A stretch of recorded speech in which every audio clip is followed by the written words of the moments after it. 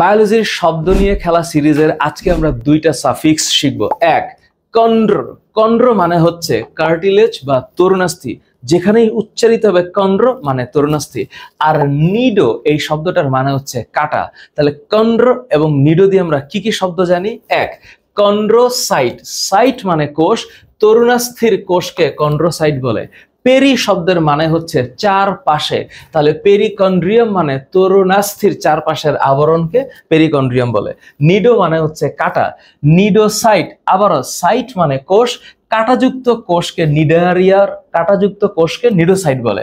Cnidoblast, blast মানে পরিস্ফুটনরত কোষ অর্থাৎ অপরিণত কোষ, কাটাযুক্ত অপরিণত কোষকে নিডোব্লাস্ট বলে। আর নিডোসিল, সিল শব্দের মানে হচ্ছে গহ্বর, অর্থাৎ নিডারিয়া পর্বের প্রাণীদের দেহের গহ্বরকে নিডোসিল বলে। তাহলে আমরা কন্ড্র দিয়ে পড়েছি কন্ড্রোসাইট, পেরিকন্ড্রিয়াম।